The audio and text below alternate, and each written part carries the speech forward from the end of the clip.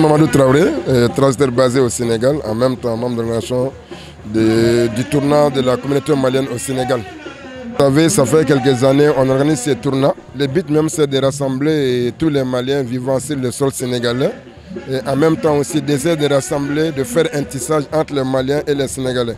Parce que quand on dit Coupe de la communauté malienne au Sénégal, je peux dire que c'est le nom. Sinon, chaque équipe a droit à prendre au moins 7 à 5 joueurs sénégalais pour évoluer avec les jeunes Maliens qui sont là. Donc le but et le but principal même de ce tournoi, c'est de rassembler tous les fils du pays vivant sur le sol sénégalais. Effectivement, c'est une occasion d'essayer de sensibiliser tous les jeunes Maliens.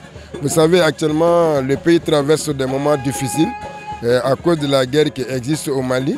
Donc c'est une aubaine, c'est une opportunité pour nous de faire passer le message, de véhiculer le message et que tous les Maliens doivent être unis, solidaires, de vivre dans la convivialité et d'être vraiment unis.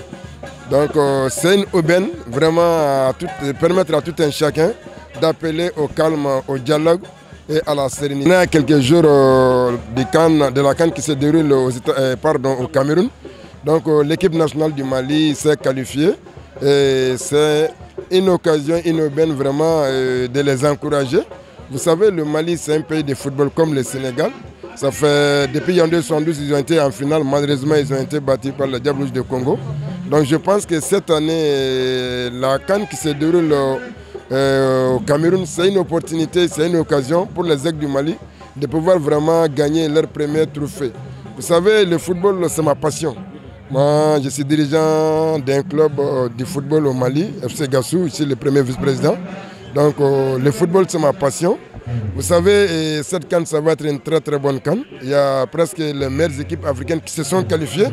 Surtout, vous savez, on est au Sénégal. Le Sénégal, d'ailleurs, c'est une équipe très très favorite, ainsi que l'Algérie. Bon, le Mali aussi fait partie des équipes favorites, mais même pas sur papier, quand même, on a notre mot à dire. Et je pense, Inch'Allah, en tout cas, mon souhait est que soit le Mali gagne la CAN ou bien le Sénégal. La FIFA ne pourra pas s'opposer à cette CAN. Il faut qu'on essaie de respecter un peu quand même l'Afrique. La Coupe d'Europe s'est jouée en pleine pandémie de Covid-19. Mais ça n'a pas empêché la Coupe d'Europe de se tenir. La Ligue des Nations aussi s'est déroulée.